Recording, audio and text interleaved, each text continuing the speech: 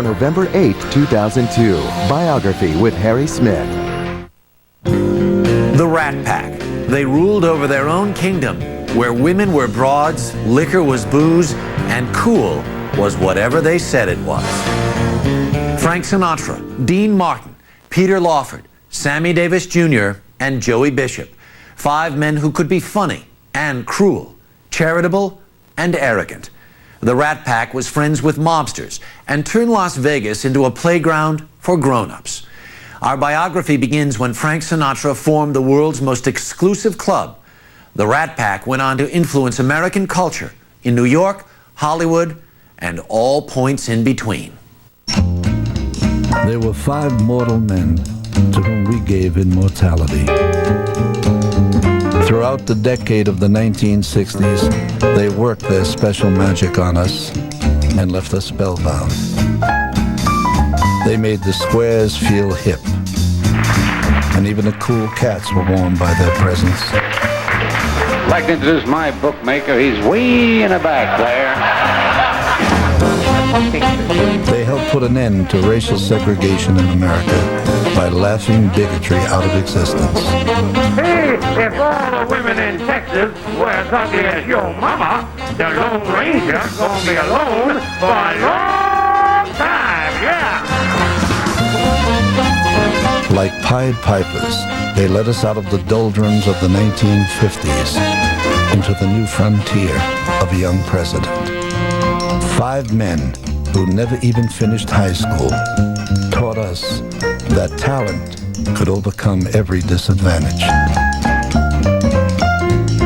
In return, we gave them a license to break all of the rules we had to follow, spend all of the money we would never earn, party all night with the beautiful broads, and sleep late every morning. Live for us, we said. Live the lives we would live if we were talented, rich, and handsome. Be outrageous. Because of you, the world is no longer a dreary place. I beg your pardon. Did you see 2 gentlemen go past here? No, but you'll do.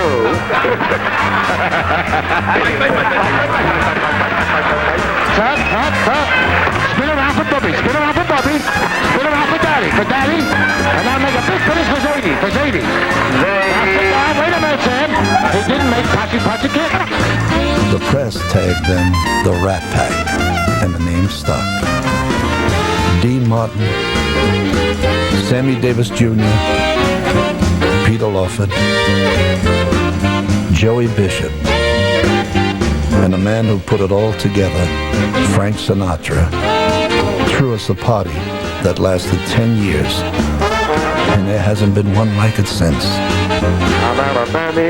You'll go there by yourself, I know that. Leader or no leader, I ain't going with you, baby. You've been playing parties with my sister. You've been fooling around with my sister and you ain't been paying, is that right? Need the money on the dresser, Jocko. Tonight, we revisit the glory days of Frank Sinatra and the Rat Pack, a time in our history that many of us would like to get back to, if we could just find a roadmap. Well, I guess that's it, folks.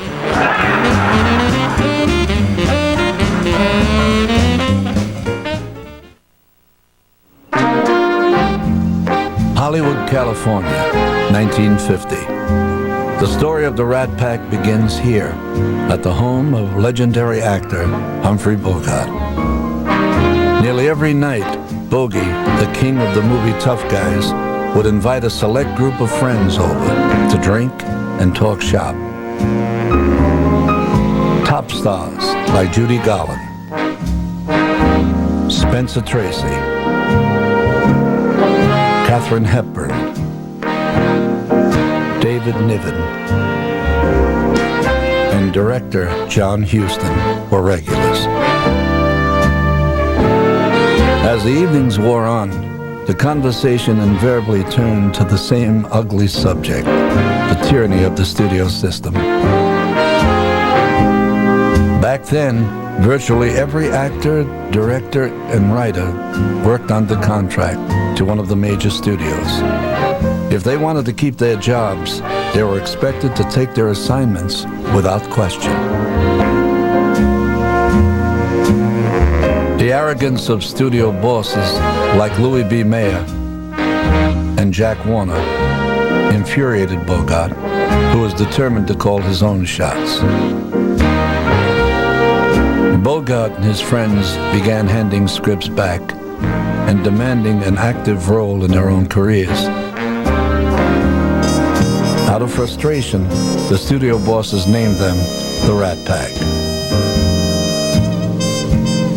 Bogart selected as president of the Rat Pack a young man whom he considered to have all of the attributes of a leader: fearlessness, unbridled ego, and above all, supreme talent. His name was Frank Sinatra. Bogart was the founder, and he was the leader, obviously, even though Frank was Mr. President. And I think that this idea of defiance, of being the rebel, of being different, Frank really accepted into his conscious behavior. That became his way of life. And he, obviously, from Bogey, you know, to defy, to be different, to tell somebody to go to hell, to tell somebody, you know, to be your own boss. You don't take orders, you give orders. The irony was not lost on Frank Sinatra that a celluloid gangster should offer him the same advice he had been given a dozen years before by the genuine article. Paul Skinny D'Amato was born in Atlantic City, New Jersey in 1909. Skinny started gambling at 10 years of age. He had crap games on corners, empty houses, schoolyards, and he made the money because he had the dice and the cards. So finally, when he became older, his uncle lent him $40 to open up this cigar store, and that's how he started. They had a pool room in the back, and they had gambling. The cigar store was just a front. But he had many cigar stores and joints. At 16 years old, he had about 15 places all over Atlantic City. He was really an entrepreneur at an early age. He catered to pickpockets, thieves, gamblers, prostitutes, madams, you name them. So, and the mob. So they said to him, why do you cater to the mob? He says, I don't ask favors from them. He says, besides, it's like having the United States Army behind you. Before there was a Las Vegas, there was Atlantic City, America's first playground. By day, Atlantic City was the clean, fun capital of America. A haven of sun, surf, and saltwater taffy.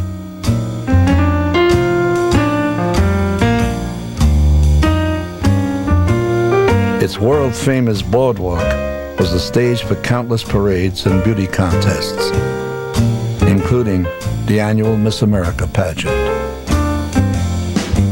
Swarms of tourists scrambled over each other just to get a good look at the latest outrageous attraction.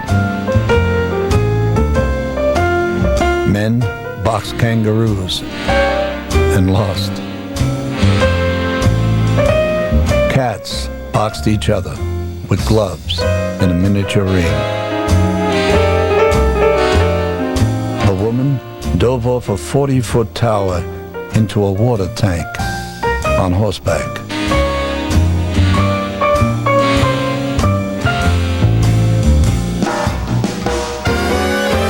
But after the sun went down, Atlantic City shed its mantle of innocence and went out to raise a little hell.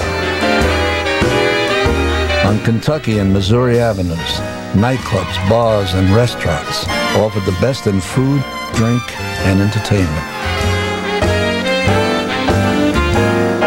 In 1939, 24-year-old Frank Sinatra came to Atlantic City for the first time to play the Steel Pier Casino with the Harry James Band. By then, Skinny D'Amato a born showman with a keen eye for talent, had fought his way up from the streets to become manager and part owner of the most popular spot in town, the 500 Club. Sinatra used to perform at the Steel Pier, and then he'd come in the club sometimes with Harry James, and Betty Grable would be there too. But Sinatra was very nice, well-mannered, pleasant to everyone. And when he'd ask for a drink or food, and Skinny said, I have something to tell you. Important men do not ask, they order. So Skinny sort of molded his character, Sinatra's character, how to behave. A friendship developed between Skinny D'Amato and Frank Sinatra that would last a lifetime. It was the kind of loyalty that Frank would never receive from anyone in Hollywood or the music industry, and certainly not from the press. Biography will continue.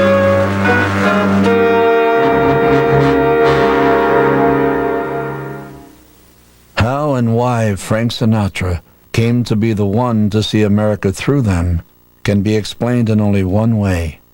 He answered a need in all of us. Whenever Sinatra sang to an audience, he literally bared his soul. No popular singer had ever before brought that kind of emotional intensity to a live performance. Throughout the lonely days and nights of World War II, while American GIs were fighting overseas, their sweethearts flocked to hear Frank Sinatra, who touched them as no one else could. He gave voice to their disappointments, as well as to their sense of life's impermanence and fragility. His genius for interpretation and phrasing, and above all, his overwhelming charisma, bonded his fans to him to the point of obsession. America had launched its first superstar. When I knew that Sinatra was in town, I would sneak in the back with all the girls running. I would be the only guy in the middle running into the Paramount Theater, get in for nothing.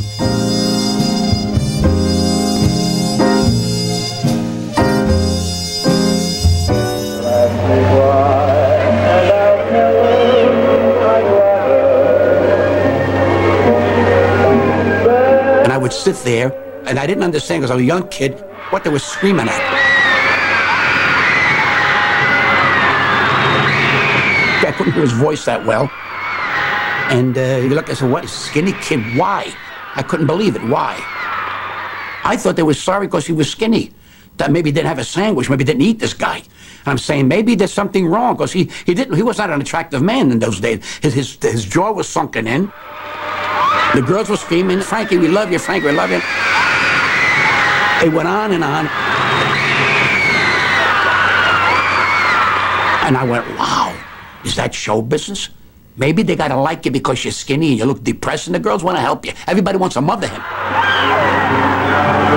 I think that might have been maybe a fact. They wanted to mother him. I said, gee, this guy needs a dish of macaroni, for crying out loud. I thought it was a terrible thing that maybe they were abusing this guy. But he just stood there, he had his hands like this here in the mic, and he was singing, long ago and far, whatever the heck he was saying, all or nothing at all. And they would sing, is Frankie, Frankie, baby, Frankie, baby. And I'm going, what? For Frank Sinatra, the war years proved to be the best of times. Rejected for military service due to a punctured eardrum, he was free to remain stateside, earning huge sums of money. While his millions of fans were forced to count ration stamps and wait online for hours to buy food and gasoline,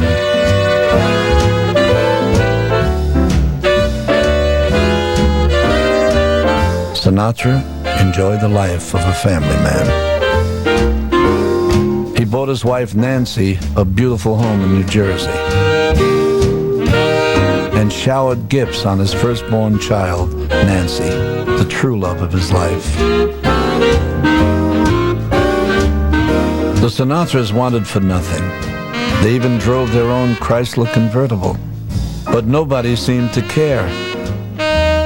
In a country that had lost its men, Frank Sinatra filled the void. He was every woman's man.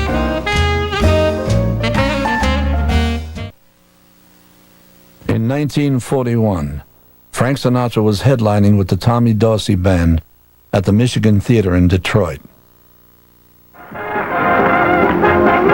On the same show, opening for the Dorsey Band, was a black song and dance act called the Will Maston Trio, featuring a 16-year-old spark plug named Little Sammy.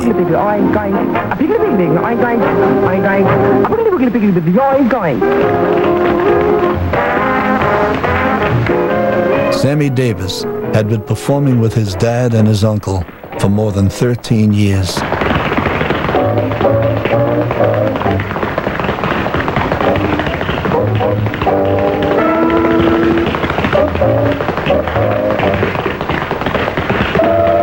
In his autobiography, Davis recalled his first meeting with Frank Sinatra in the following words. He came up to me backstage and he said, "Hi, I'm Frank, and I sing with the Dorsey Band." Sammy Davis began his show business career at the tender age of 3. By the time he was 6, Sammy was already a top vaudeville star, making good money. Money that his dad and his uncle, Will Maston, didn't want to give up. Instead of sending him home to live with his mother and go to school, they kept Sammy on the road with them.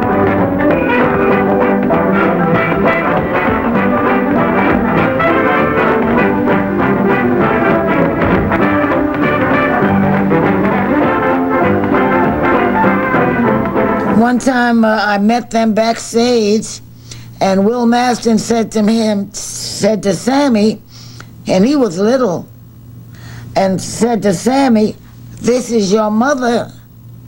And he looked up at Will and said, "I have a new mother every week." Sammy never spent a single day in school, but he learned his craft from the most gifted and accomplished entertainers of the day.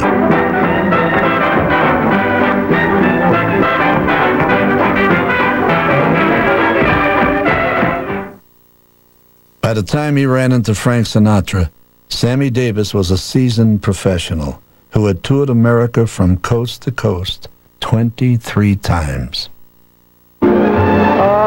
Sammy thought he'd seen every great performer there was to see, until he heard Frank Sinatra sing for the first time that night at the Detroit Theater. Sammy Davis had never heard anything like it. Saturday night is the loneliest night of the week. I sing the song that I sang for the memories I usually see, until I hear you at the door, until you're in my arms once more. Saturday night is the loneliest night of the week. He's got feeling. He puts the feeling in on it. It makes the lyrics mean something. See, some singers ride the beat. Others lay off the beat. He can do either way. He can go 1, 2, 3, 4. When I was in heaven. Now the guy said, when I was in heaven. But Sinatra give you that thing, you know, that little phrasing. He's got the phrasing. Frank Sinatra was equally impressed with Sammy Davis. In 1947, shortly after Sammy was honorably discharged from the Army, Sinatra chose the Will Maston Trio to open for him at New York's Capitol Theater for $1,250 a week. It was more money than we had ever seen in our lives, Sammy would later comment. Sinatra knew the kid was talented, and he saw in the future. See, he says, now this guy's going to be gonna be great one of these days. So he befriended him. You know, a guy like to feel like I discovered something. I saw a gem in this rough cut thing I saw found in the desert or wherever it was, you know. Of all the top white performers, only Frank Sinatra had the guts to challenge the bald-faced racism that sought to keep Davis buried on the Chitlin circuit and out of the big time. Nobody but Frank Sinatra could have put Sammy Davis where he was. Frank Sinatra, first, was never a racist kind of a guy. He cared about everybody being equal. Frank Sinatra put the holy roly on this man because Frank Sinatra knew this is a great talent. And in order for this man to present it to the American public with all the racism going on, when Frank said this guy is great, they all paid attention. Thus began Sammy Davis's rise to stardom. From then on, Frank Sinatra would be at his side every step of the way, ready to go to the war for his buddy, whom he lovingly nicknamed Smokey.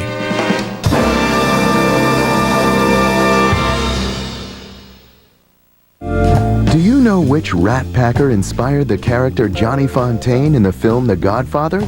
Test your knowledge and visit our Rat Pack exhibit at biography.com. In 1944, Frank Sinatra signed a motion picture contract with Metro-Goldwyn-Mayer Studios and moved his growing family to Hollywood. Shortly after joining MGM, Sinatra was invited to a party at the home of studio head Louis B. Mayer. It was there that he met a handsome young actor named Peter Lawford. Sinatra and Lawford were the only two young guys at the party and took an instant liking to each other. At 29, Frank Sinatra was looking forward to a career as a dramatic actor at a major studio. 21-year-old Peter Lawford, however, had been under contract at MGM for 2 years and was well on his way to becoming a leading man. When Frank came to MGM, I think, well, certainly in the beginning, that Peter was a bigger star than Frank. A free spirit who spent most of his time at the beach, Lawford would always be regarded as something of an oddball by the Hollywood community. Peter Lawford was born in 1923, the illegitimate child of Sir Sidney Lawford and Mrs. May Allen, the wife of one of his staff officers. The scandal eventually forced the Lawfords to leave England. For most of his childhood, Peter lived a nomadic life, traveling about Europe and the Far East with his parents.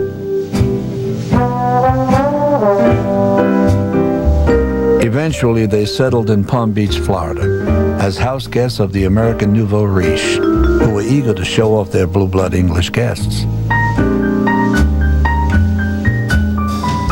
But by 1939, Lord and Lady Lawford had worn out their welcome and lost all of their money. Cast aside by their society friends, they moved into a shabby rented bungalow on the wrong side of the tracks in West Palm Beach. At 16 years of age, Peter Lawford should have been a junior in high school. Instead, he became the family breadwinner, parking cars at a local garage for $25 a week. While on the job, Peter, who was totally naive to American racism, struck up a close friendship with his two co-workers, both of whom were black. One day, a wealthy client saw Peter sitting under a tree with his new buddies, eating sandwiches and playing cards. Outraged, he complained to the parking lot owner that it was a disgrace to see a good-looking white boy fraternizing with two coloreds. Lawford was almost fired.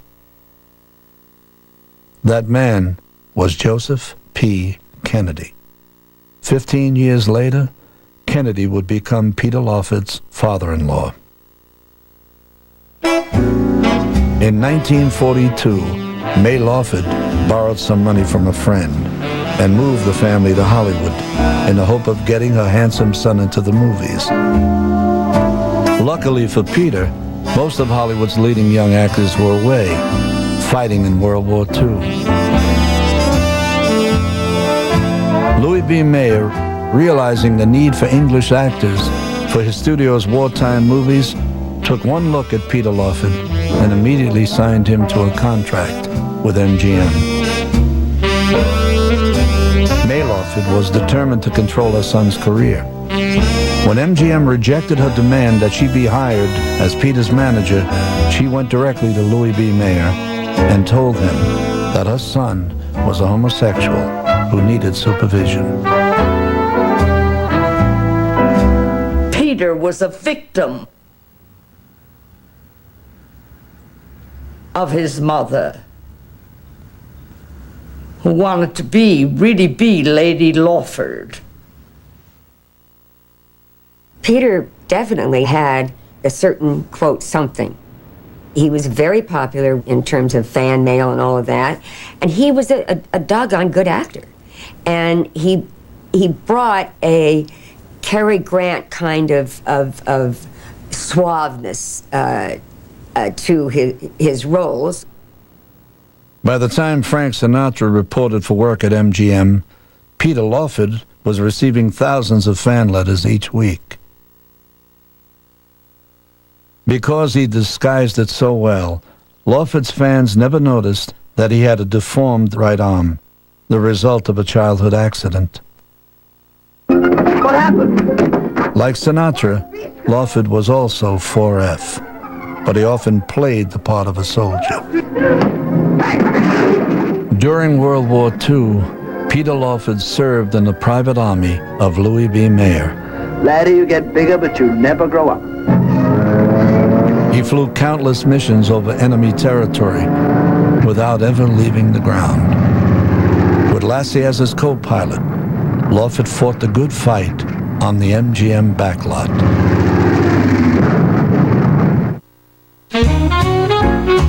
Uncle Sam had drafted most of MGM's young actors, leaving the studio filled with an abundance of available young actresses.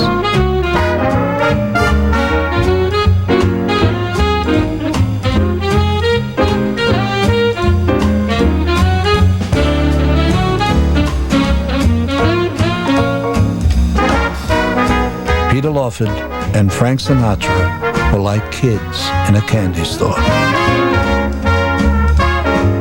Lawford was a bachelor, but Sinatra was very much married. Still, he didn't let that interfere with his romantic pursuits. After a long day on a set, Sinatra and Lawford often made the rounds of the best Hollywood nightclubs in the company of MGM's most beautiful women.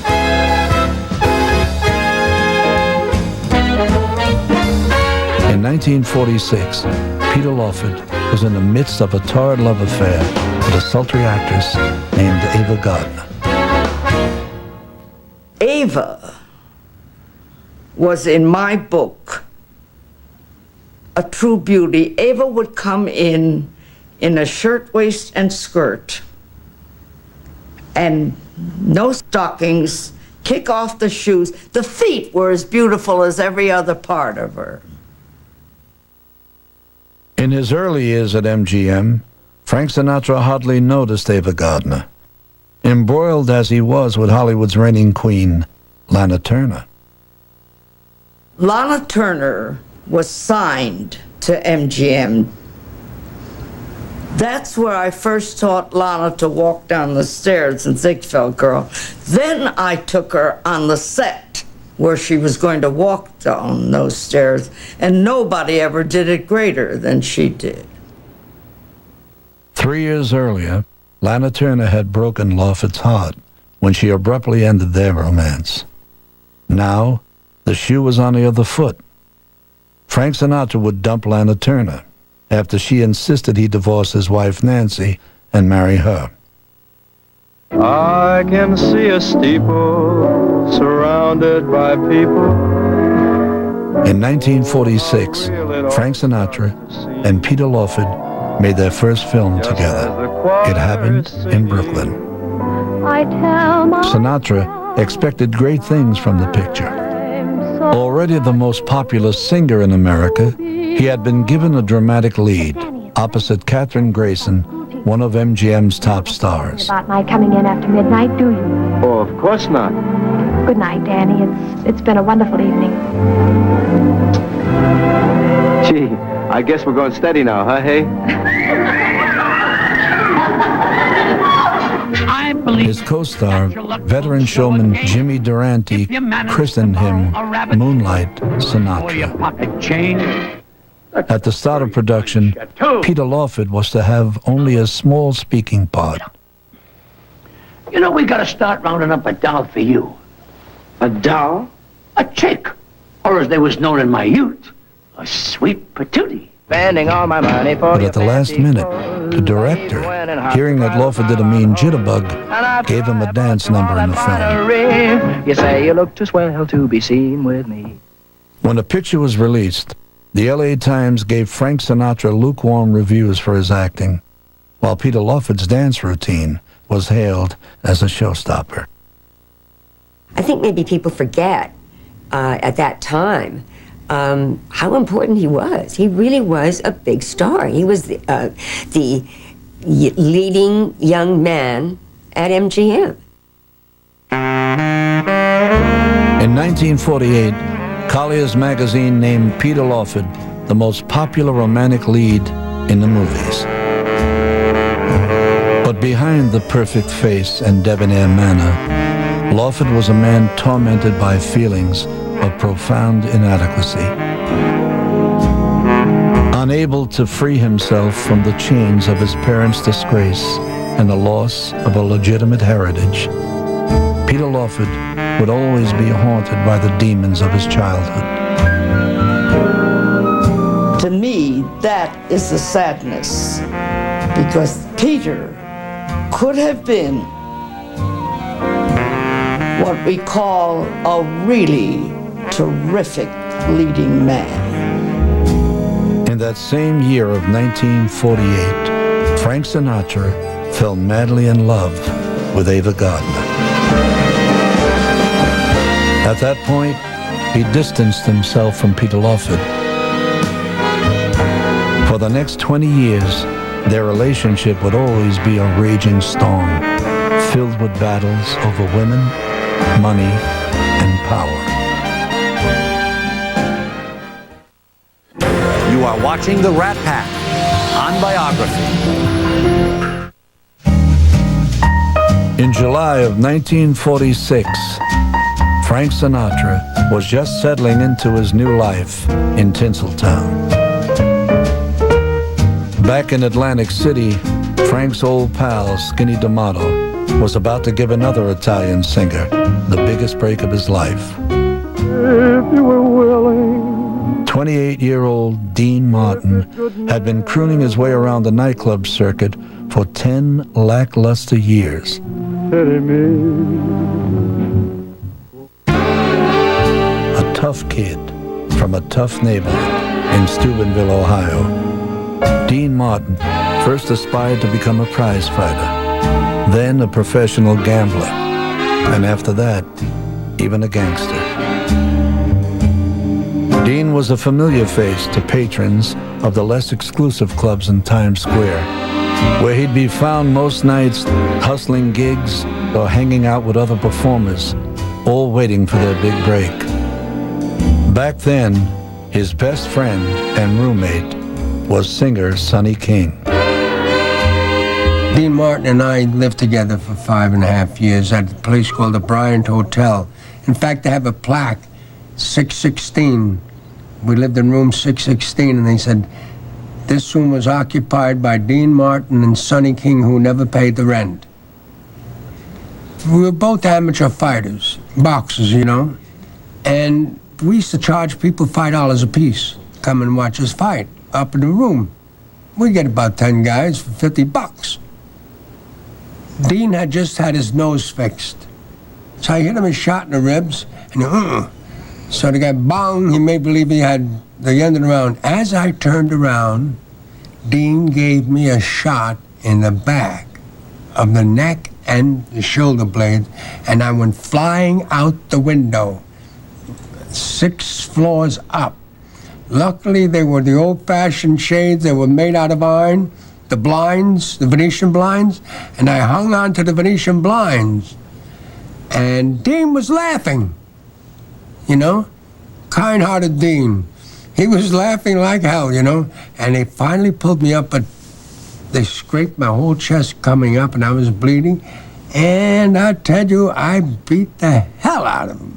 So much so that the next week, he was supposed to open up the Hippodrome Theater in Baltimore, and I went in for him under the name of Dean Martin. But I couldn't sing in his keys because he was a baritone and I was a tenor. But I got fired. In the spring of 1946, Sonny King introduced Dean Martin to a 19-year-old Jewish comic named Jerry Lewis. Dean and I were walking along the street one day, and it was simple, nothing dramatic, you know. It was a simple thing, and Jerry says, "Hi, Sonny." Jerry always loved Dean Martin from afar. You know, he didn't know him personally. And I knew he wanted to meet Dean. So I said, "Come here, Jerry." "Jerry, this is Dean. Dean, this is Jerry Lewis." "Hi, how you doing?" "Okay, how you doing?" "Good. Come on, join us. We're going to have a cup of coffee." And from then on, the rest was history. In July, Dean Martin arrived in Atlantic City to play a one-week engagement at Skinny D'Amato's 500 Club.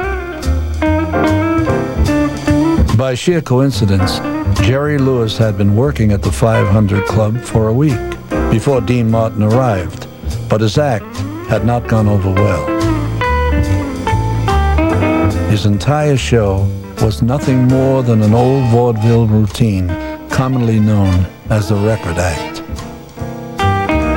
Skinny D'Amato's partner, Irvin Wolfe, found Lewis's wild gyrations and the sheer volume of his records so irritating that he could barely stand to sit in the club when Lewis was performing. Wolfie, he used to drink a bottle of King William IV every night.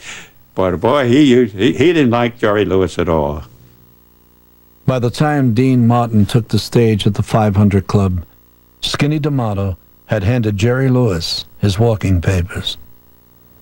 Jerry was backstage packing his things, going back. And Dean was going to be the new star. And all of a sudden, they heard a crash of the platters and things like that. So Dean Martin, who was very fast, said, "I guess Jerry's packing all his records." You know?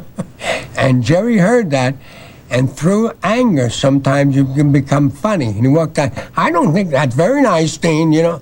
And the people started to laugh. In spite of themselves, Dean and Jerry had stumbled across a routine that brought roars of laughter. Skinny D'Amato's instincts immediately took over, and he seized the moment. Skinny, I think it was, said, "Hey, you two guys get together here. You don't know what the hell you're doing. If you don't like it, get out." And they got together and they got squirting soda at one another and blah, blah, blah. And that's where they met, and that's how it happened. And before you know it, they had an act the next night. Do you know what they wrote it on? A paper bag, a brown paper bag. They wrote the act. Skinny D'Amato made Dean and Jerry a hit at Atlantic City. As individuals, Dean Martin and Jerry Lewis had never been able to achieve success. As a team, they were a phenomenon. I'd have done that record pantomime the rest of my life. I wasn't looking for anything. After the first night he was on a stage with me, I knew we had lightning in a bottle. And knew exactly what we had ahead of us. For the next few weeks, the 500 Club was filled to overflowing. Outside on Missouri Avenue, hundreds of people waited online for hours to see Dean and Jerry. I wouldn't have had any fame without Dean. I wouldn't have been there. He was the catalyst. He was the spine of this act. He had an infinite sense of comedy, particularly with the sense of timing he had, which was impeccable. Next door to the 500 Club was Ferrara's Restaurant, a regular hangout for performers in their off hours. Dean would sit off at the end of the bar with my girlfriend, and they would just talk and have a few drinks. He always had a smile on his face. He was always a happy-go-lucky looking fella and a handsome-looking man. And I mean, he was good-looking. He was good-looking. And he was always well-dressed. You never saw him, you know, like some guys, they're real ruggedy looking. He was always well-dressed and always soft-spoken, never boisterous, never loud. Jerry was younger, and I think Jerry followed him around because I think it was an idol for him, really, seriously. I think Jerry really saw this man as an idol, and I think it was a brother idol he saw in him. And for some reason or other, it was, Louis went forward with Dean all the time, you know, always pushing himself with Dean, always pushing himself. And Dean, I guess because he was older, figured, hey, I don't need this, you know? And he would shy away from him, but I don't think Louis was the kind that was going to shy away from him. Early in 1948, Skinny D'Amato, eager to show off his protégés, brought Frank Sinatra to the Copacabana in New York City, where Dean Martin and Jerry Lewis, now the toast of the town, were holding court. Frank joined Jackie Gleason and Fat Jackie Leonard, two giants of the Manhattan comedy scene, and with Jerry Lewis as head wacko, the five then proceeded to bring the house down. Still the most popular entertainer in America, and for the 5th year in a row, the top male vocalist on the downbeat charts, Sinatra dazzled everyone in the room that night. Everyone, that is, except Dean Martin. Frank was fascinated by Dean's arrogance. He was fascinated by Dean's arrogance. He never realized who Frank Sinatra was all his life. He never realized, you know, that Frank was his older brother and his mentor. And, but Dean never thought of anybody like that. Dean was only 2 years younger than Frank Sinatra. However, whereas Sinatra had achieved instant success, Martin had endured years of singing in Chinese restaurants and second-rate clubs before striking gold with Jerry Lewis. Come on, get up. Don't be shy. Come on.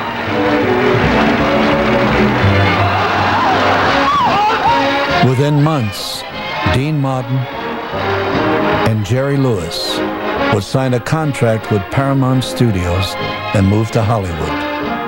For the next 8 years, their movies, television shows, and nightclub appearances would break all box office records. Well, I hope you're satisfied with the way you embarrassed me. Look, the whole audience is staring at me. Stare back at them. Now, better they stare at you. Here, get off the stage and take this with you.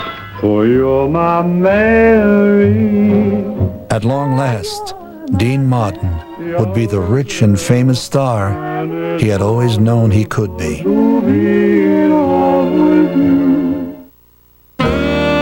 Frank Sinatra, on the other hand, was about to embark on a romantic odyssey that would ultimately be his undoing.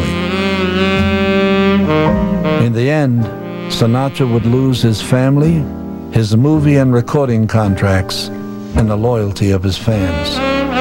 All for the love of a woman.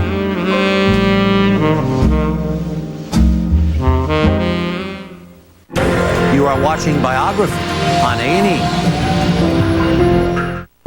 In 1948, Frank Sinatra began his fall from the peak of American show business when he fell in love with Ava Gardner. For the next 2 years, their all-consuming affair was the best-kept secret in Hollywood. It was combustion. I mean,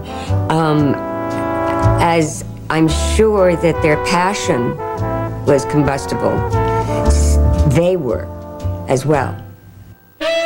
Rumors of the Sinatra-Gardner affair were sending shockwaves through the executive offices of Metro-Goldwyn-Mayer. Ava Gardner had been under contract to MGM since 1942. The studio had spent years grooming her for stardom. Her relationship with Sinatra seriously jeopardized both her career and the studio's investment. One day, one night. Frank Sinatra had made a lot of money for MGM, singing and dancing his way through some of its most successful musicals, like Stanley Donen and Gene Kelly's On the Town. Jack, we're going on the town. New York, New York, a wonderful. But Frank was 35 years old.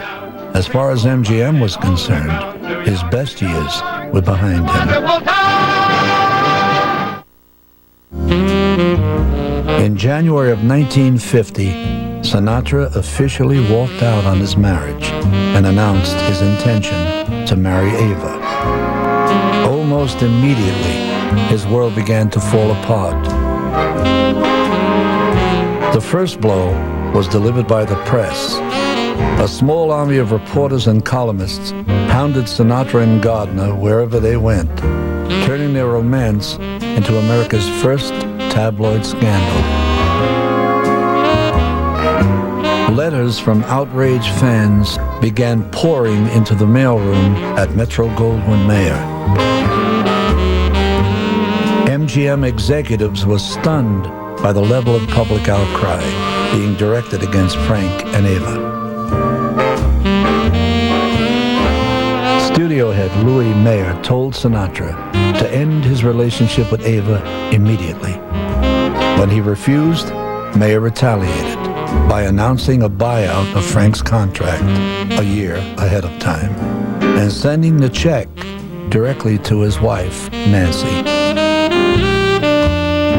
Nancy Sinatra vowed that she would never give Frank a divorce. Instead, she obtained a legal separation. That same day, Frank's assets were frozen and his property seized. Frank finally broke under the pressure. On April 26, 1950, during a performance at the Copacabana in New York City, Sinatra suffered a throat hemorrhage and was forced to cancel the remainder of his engagement. He left to join Ava Gardner in Tossa del Mar, Spain, where she was working on her latest picture, Pandora and the Flying Dutchman. This is Pandora. She was bold and beautiful. But the strains being placed on their relationship were taking a heavy toll. They fought constantly. Each wanted what they wanted. I mean, Ava had great lust, and she was very sensual. Frank had great lusts and was very sensual. But they each were strong enough also to not be owned. Now Bulova presents The Frank Sinatra Show. Back in the States, Sinatra tried his luck with a television series at CBS. Is this the place? This is it, pal. This is it. Why, with a little imagination and a lot of money, you can turn this place into a palace. Do you have nerve enough to call this dump a lodge? Well, let's call it a large dump, then. It was canceled after only 13 weeks. You made a deal, and a deal is a deal. I found you, now you find some other poor soul. You robber, you. I'll get even with you yet. Ah, this is the life. Look at this furniture.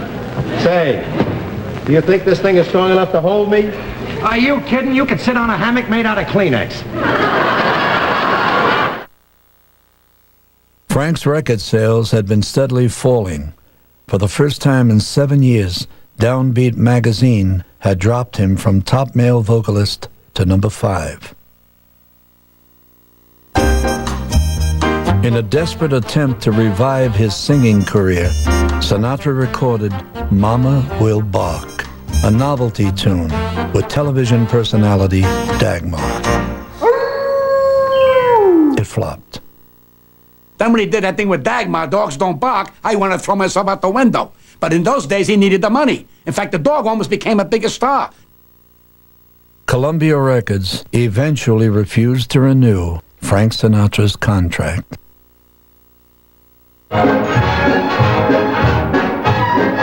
In November of 1950, Ava Gardner began shooting Showboat, the picture that made her a star. As Julie, the biracial heroine destroyed by the bigotry of the Old South, Gardner was hailed by critics and audiences alike as the most beautiful woman in the world. Can't help loving that man of mine. Meanwhile, Frank Sinatra watched his career continue in a free fall. Despondent and disillusioned, he headed back to the East Coast, to Atlantic City, the scene of his early glory days. Far from the Hollywood vultures and the fat cats of the record biz, Sinatra sought out the one man he knew he could count on. His old friend, Skinny D'Amato. They were two skinny friends. I guess they had something in common and being Italian descent. So they, Skinny would entertain them, take them all over and show them a good time. Yeah. And so that's to boost his ego. One morning, Skinny went out to a local jewelry store and bought Sinatra a beautiful, solid gold watch. Skinny told Frank, "This is to remind you, when you come back, you'll be bigger than you ever were." He felt bad for him. So that's when he gave him this beautiful watch to seal their friendship. At Skinny D'Amato's 500 Club, Frank Sinatra returned to his roots, to the people for whom he had never stopped being a star. From every corner of Atlantic City, the faithful turned out in droves to welcome him back into the fold. He was Sinatra. It was like you were seeing the Messiah come to town. That's how he was to the Italians. They went crazy for him. I mean, you saw husbands that said to their wives, "Don't do anything this week. We got tickets for Sinatra. Don't do this, don't do that. We're going to see Sinatra," whether you wanted to go or not, if you were a female. The husband says you go, you go. I remember he was God. He'd come in a place, and my God, you couldn't move. They'd fight outside. Skinny had to hire 6 cops every night when he was there to keep the people in order, trying to fight to get in. Skinny D'Amato and the other big nightclub owners proved themselves to be Frank Sinatra's true friends during those hard years. They kept him going financially and spiritually. Frank trusted those guys. Because if a man from the racket said, "You're going to work for me next week and you're going to get yourself $15,000, you can go to sleep on that." First of all, they were the bosses. They owned all the clubs. So who are you going to work for? The guy that owns a delicatessen? For nearly half a century, the bosses of the underworld had run the nightclub business in every big city in America.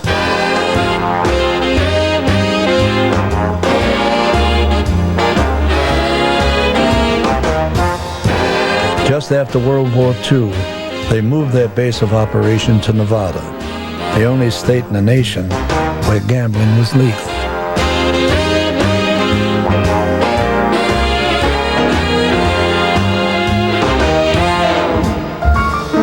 There they built a city of nightclubs, hotels, and casinos called Las Vegas.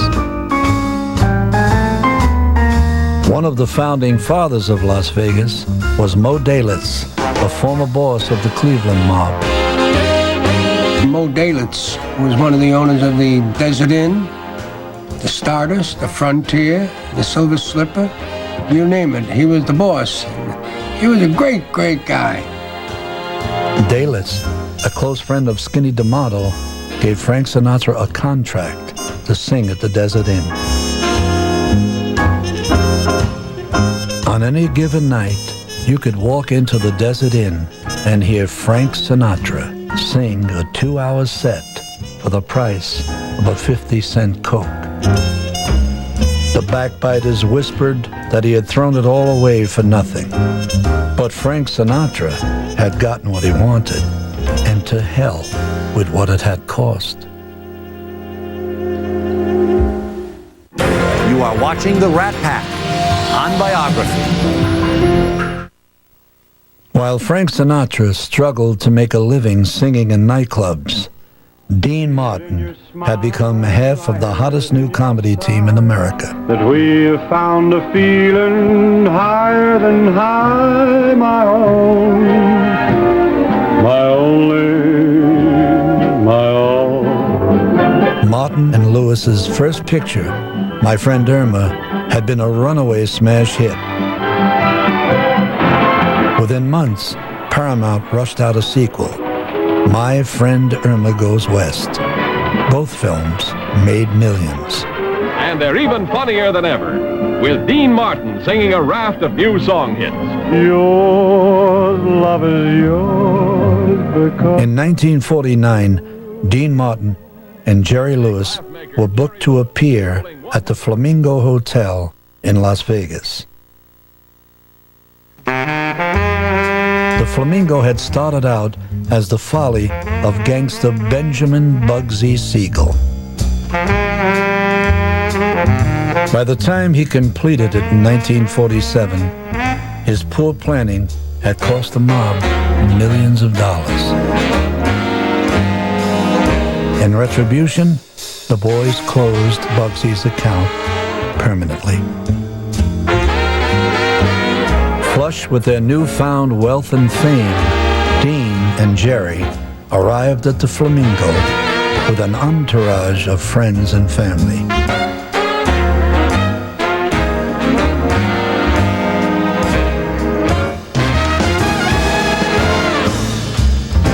Night after night, their fans packed the main showroom for a taste of the Martin and Lewis magic. More importantly, they also packed the casino. Thanks to Dean and Jerry, the Flamingo had become the cash cow of organized crime. Bugsy Siegel's successors were now enjoying a handsome return on their investment. Dean's old mob friends from Ohio, the Fischetti brothers, now had major holdings in Las Vegas. The Fischettis had given Dean his first job as a dealer in their sneak joints back east and had later sponsored him into show business. To avoid being drawn into any conflict between his old bosses and the act, Dean shrewdly left all the team's business dealings in the hands of Jerry Lewis. The line was, talk to the Jew. The whole mafia empire was run by Jewish lawyers. Each family had their own Jewish lawyer. So they knew what they were talking about. If I shook their hand and made a deal, they knew it was in granite. I handled the business. He played golf. It worked. But if anyone threatened me, or if it looked like I was in trouble, he'd have been right there. He'd have taken care of business. He was very protective of me. Dean wasn't protective of anybody but himself. The thing that occurred was Jerry was a skinny kid. And who the hell wants to see a skinny kid get hit, you know? So Dean would step in, and Jerry mistook that for protectiveness. But it was Dean's way of saying, I'm the boss. Is it much further? No, we're almost there. Peter Lawford was one of the first Hollywood stars to blaze a trail to Las Vegas in search of excitement and cheap thrills. In the early 1950s, Lawford was still a bachelor and had an enviable reputation as a playboy. Oh, I don't know. I think you have to enjoy living with yourself before you have nerve to ask anyone else to. Besides, you know how I am. Oh, here we are.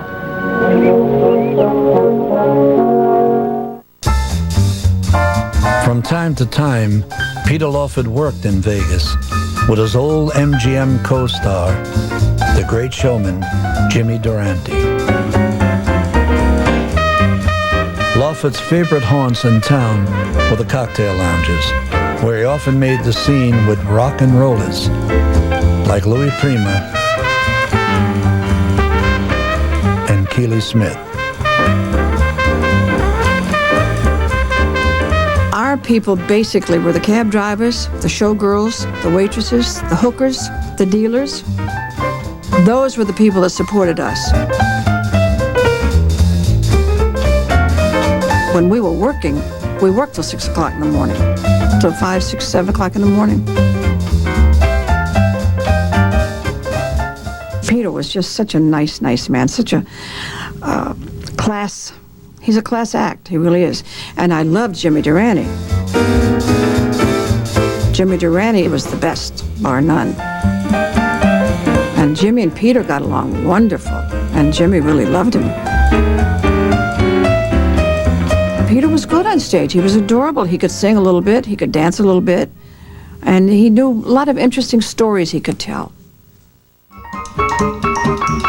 During those early years in Vegas, no entertainer was more popular than Sammy Davis.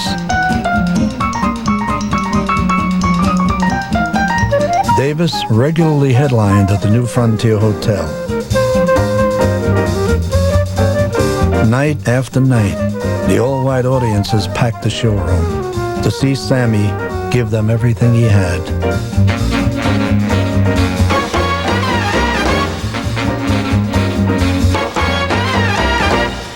They showed their appreciation with rounds of applause and screams of delight. But once the show was over, Sammy Davis was subjected to the same humiliations borne by all black performers who played Vegas in the 1950s. When we used to work in Vegas, we had to go out and sit out by the swimming pool till our next appearance. You know, they didn't have dressing rooms or nothing for us. And when we lived here, we had to go on the west side, the black side, the Negro side, a place called Mrs. Shaw's, to stay over there. Sammy was going through the same things. He had to stay over there at Miss Shaw's when he first started coming here. In 1951, Jim Crow was still very much alive in Las Vegas. Blacks were barred from every hotel and casino on the Strip. Every night after the show was over, Sammy waited in the alley behind the hotel for a taxi to take him back to the west side. From his window at Mrs. Shaw's rooming house, Sammy would gaze out into the night at the bright lights shining back at him from the Strip and wonder if the day would ever come when he would be allowed to mix with his adoring fans. All of the glitz and glitter, the entire garish spectacle of Las Vegas, was deliberately orchestrated by the mob for one purpose only: to lure gamblers into the casinos. In Las Vegas, Frank Sinatra became one of a select group of entertainers who drew customers to the casinos like a magnet.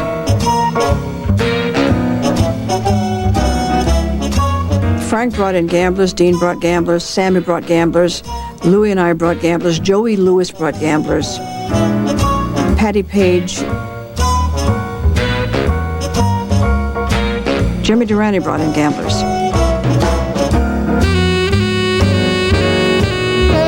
Sophie Tucker brought gamblers too.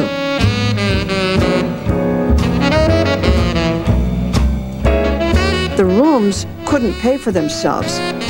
You've got to bring in acts that will bring in gamblers. That's what's going to pay for everything. Early in 1950, the millions of dollars pouring into the Las Vegas casinos triggered a U.S. Senate investigation. At New York's federal building, alleged overlord of gambling, Frank Costello, arrives to face the senatorial gambling probe. Mob bosses were paraded in front of television cameras by the Kefauver Committee on Organized Crime. Senator Tobey now turns the heat on Costello. You must have in your mind some things you've done that you can speak of to your credit as an American citizen. If so, what are they? Paid my tax. I never got money from any of those fellas. None of those None of fellas. those fellas. None of these that I've been reading about, or none that I knew. They never gave me anything. None of the Shetties. No. You I did? don't even speak to the... I mean, I met that Charlie once or twice. I don't even talk to him. You don't like him? No.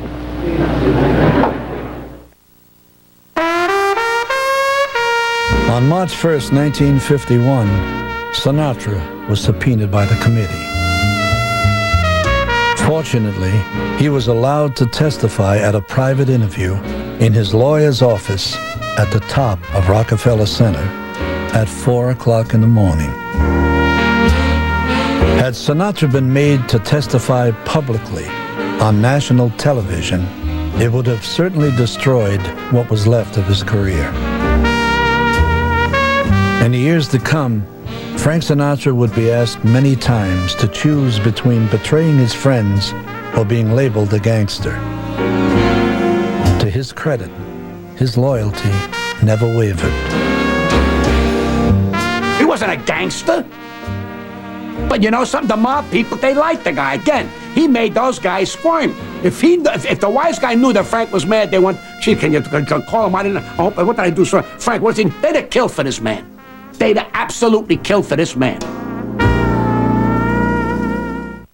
Did you know that Joey Bishop defended the Rat Packers' wild reputation off stage?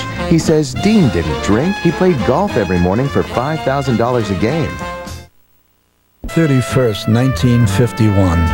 After 3 torturous years of legal wrangling, Nancy Sinatra finally agreed to a divorce. The moment he received the good news, Frank immediately contacted his old friends, Skinny D'Amato and Manny Sachs, head of Columbia Records, and asked them to make all the arrangements for a wedding. Less than a week later, at Manny's brother's home in Philadelphia, Frank Sinatra and Ava Gardner were married.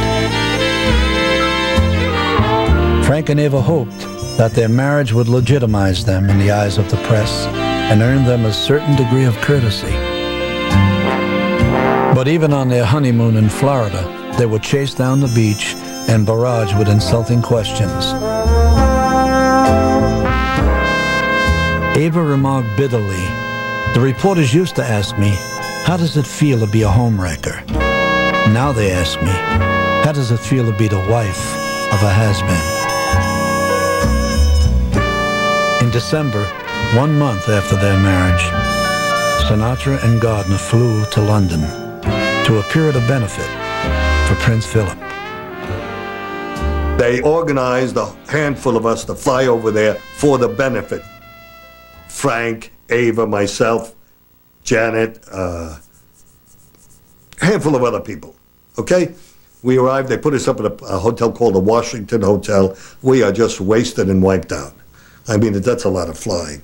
And the next day they wanted a photo shoot. So we all kind of pulled ourselves together. And Frank was a little slow in getting himself together. And as he came down the steps to join us with Ava, they were brutal to him, those British bums.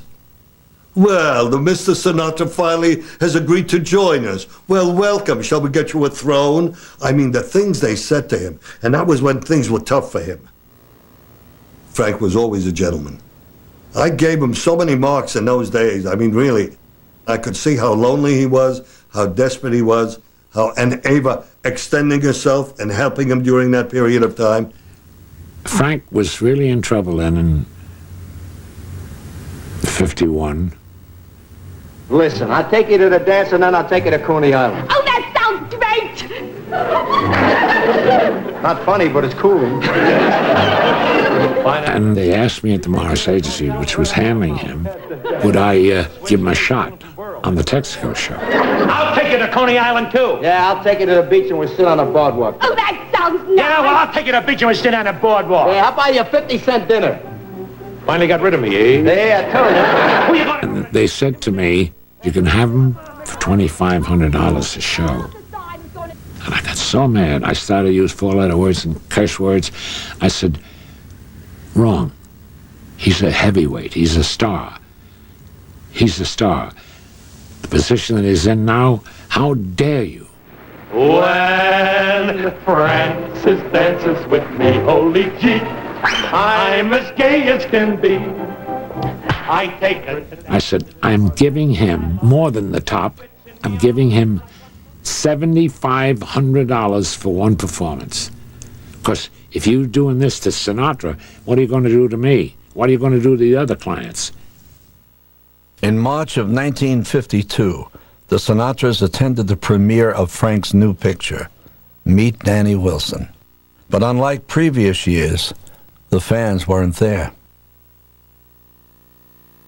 The next day, the New York World Telegram and Sun printed the awful truth.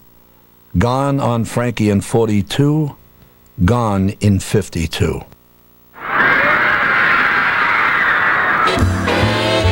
That summer, the streets of Times Square had rocked with the same pandemonium that had greeted Frank Sinatra 10 years before.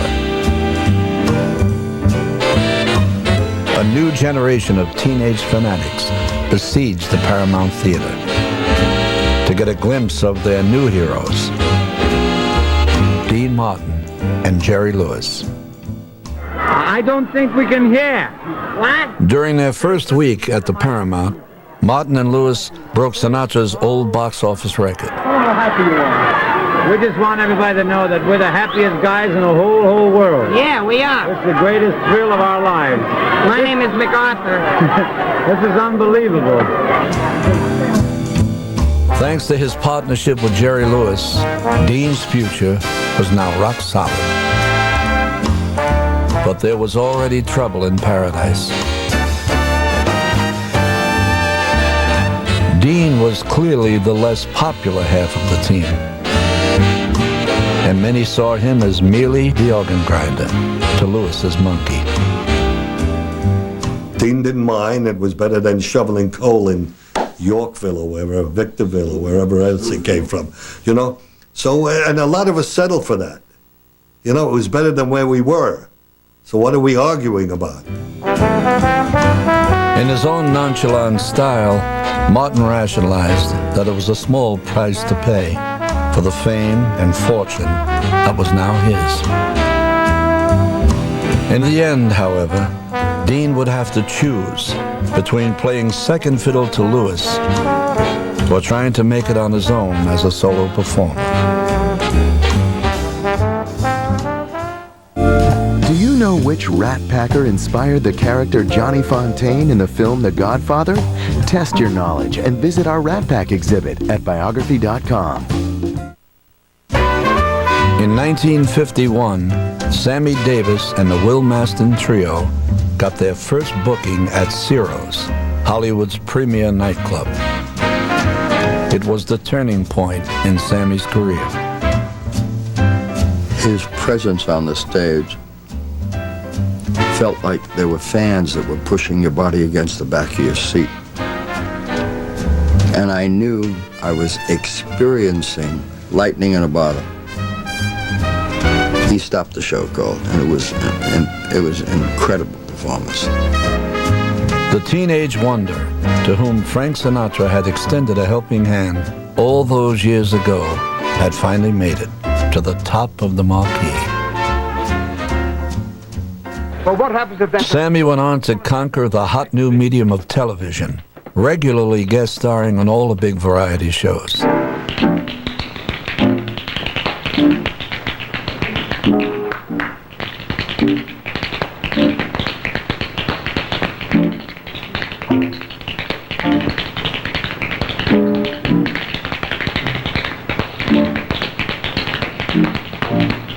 Davis was now well on his way to realizing his lifelong ambition to be the foremost tap dancer in the world.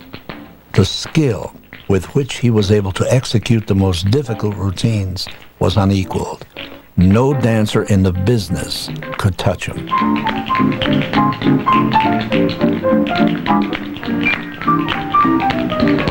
He was an excellent athlete. You know, he was perfectly balanced. He was a tiny man, but you know, he's an exceptional gift. When God gave me Sam, they threw away the mole. To spend one night with you in our old rendezvous and reminisce with you. You're my desire.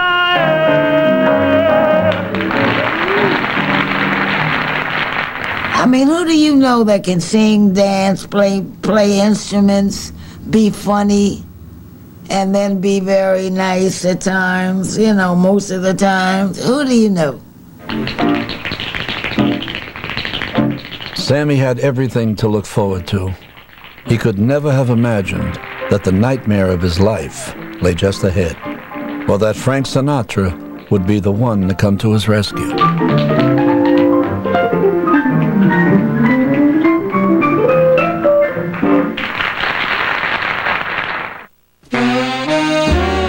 By 1952, Frank Sinatra had been in a slump for nearly 5 years. Hollywood insiders agreed that nothing short of a miracle could resurrect his career. Ironically, it was Sinatra himself who came upon one, buried in the pages of a best-selling novel.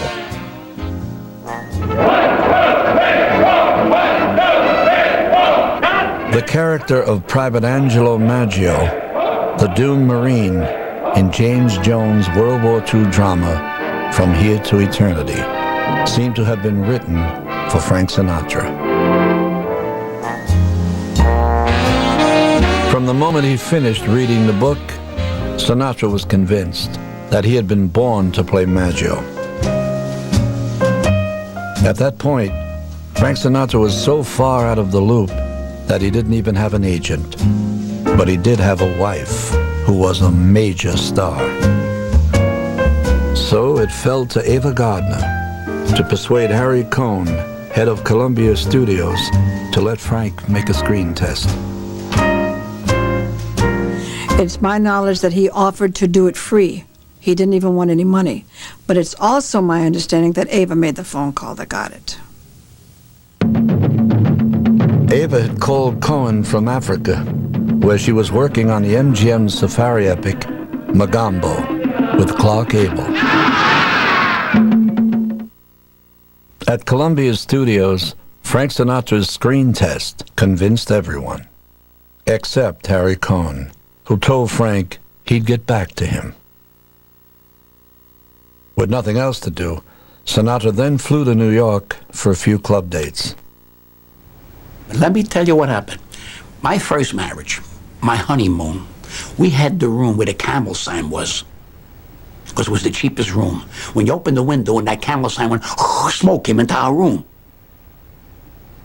So I turned around and I had said to my wife at that time, let's go see Frank Sinatra. He was in the doldrums. He was working a place called the French Casino. Okay? We went down there. There was nobody in the room, maybe 20, 30 people. This is when he was really going through bad times. And he came out and he started to sing. And when he sang a ballad, I mean, you knew he was singing to this woman. You knew it. He had quit that night. And he went to Magambo, which was making, every guy was making Magambo, Bavango. He got jealous because she was with Clark Gable. And I said, geez, what a life this guy's leading. What a life this guy's leading. Sinatra joined his wife in Africa and waited for word from Harry Cohen. You can be nice and sweet when you want to, can't you? Sitting around the set, watching Ava play love scenes with the biggest leading man in movie history only served to reinforce Sinatra's anger and depression over the sad state of his own career.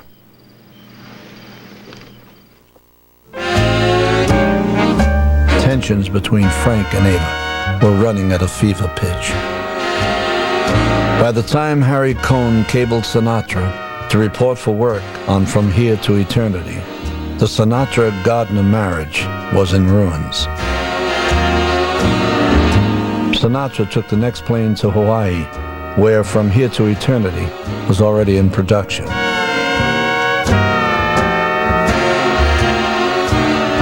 Montgomery Clift, the great method actor from New York, had a leading part in the film. Sinatra and Clift had many scenes together. They soon became fast friends and drinking buddies. Monty became obsessed with helping Sinatra perfect his role and often stayed up half the night with him, rehearsing for the next day's shoot.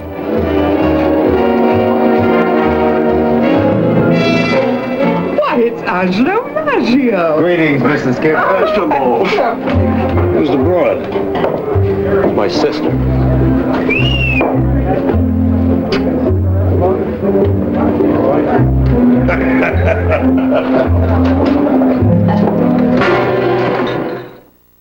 The hard work paid off. Frank Sinatra's performance would earn him an Oscar nomination. But Sinatra's triumph had come too late. In December of 1953, Ava gave Frank the gate. The marriage had finally crumbled under the weight of her enormous successes and his bitter disappointments. A few weeks later, when the gossip columns reported that Ava Gardner and Peter Lawford had been seen out on the town together and were rekindling their romance, Sinatra went ballistic. He telephoned Lawford in California and threatened to break his legs if he ever saw Ava again. For the next 6 years, Frank Sinatra refused even to speak to Peter Lawford. In March of 1954, Sinatra attended the 26th Academy Awards presentation, accompanied only by his children, Nancy and Frank Jr. That night, he walked away with the Oscar for Best Supporting Actor. Frank Sinatra was on his way back to the top. When he finally got there, he would remember what a lonely place it could be. Biography will continue in a moment on A&E. This is quite a gun, Benny. Quite a gun. I did a lot of chopping in the war with a baby like this. A lot of chopping. Frank Sinatra followed up his Academy Award-winning performance with a role that would come back to haunt him years later. You can't do this. You can't do it.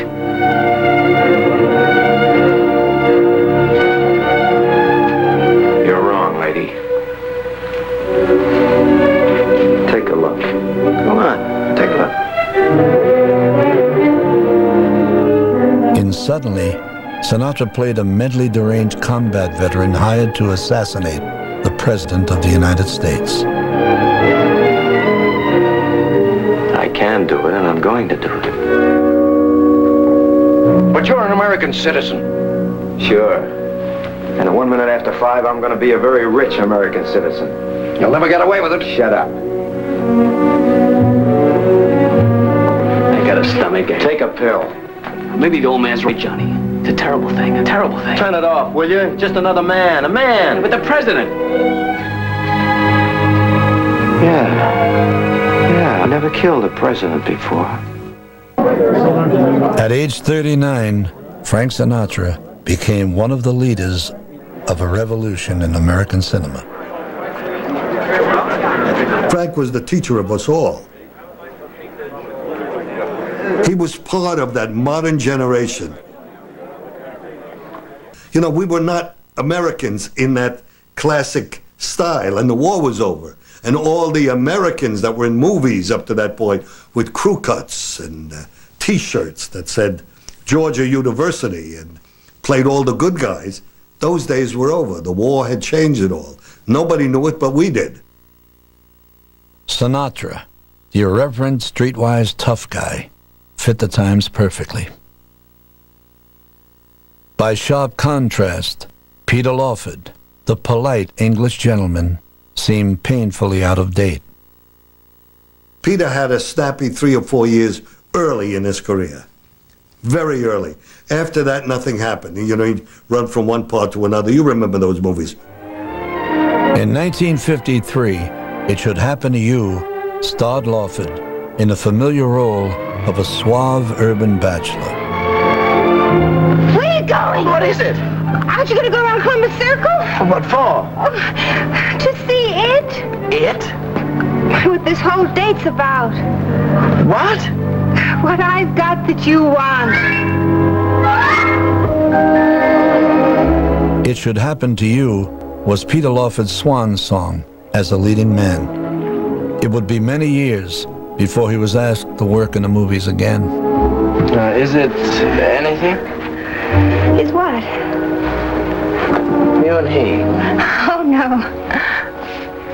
Oh, no. Peter Lawford had reached the end of a career that had carried him from abject poverty to the lap of luxury. But just because Hollywood had turned him out didn't mean he had to stop living like a movie star. Peter still had his trump card to play. At age 30, he was one of the world's most eligible bachelors. Thanks to his striking good looks and aristocratic demeanor, rich society girls on both sides of the Atlantic had been nipping at his heels for years. Lawford had always succeeded in staying one step ahead of the pack. Now, he reasoned, it was time to let one of them have a bite. Peter Lawford and Patricia Kennedy announced their engagement at the beginning of 1954. Pat was a member of America's royal family, an heiress to hundreds of millions of dollars. The following spring, they were married in New York City. Outside the church, Lawford's fans mobbed the streets, almost overturning the newlyweds' limousine.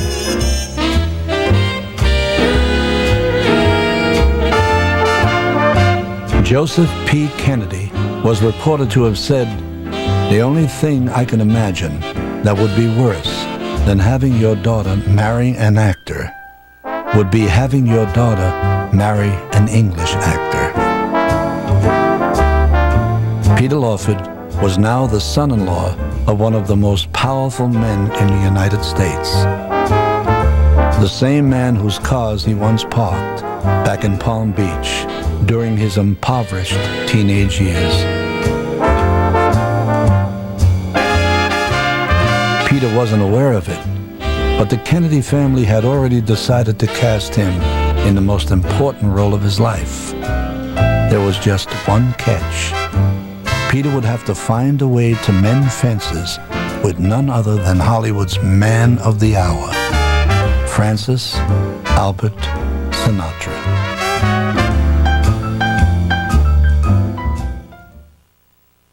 John Kennedy would soon want Sinatra's help to win the White House, and Sinatra craved access to JFK's political power. The one man who could bring them together was Peter Lawford. Because of Lawford's connection to the Kennedy family, other Rat Packers gave him a disparaging nickname, the brother in Lawford.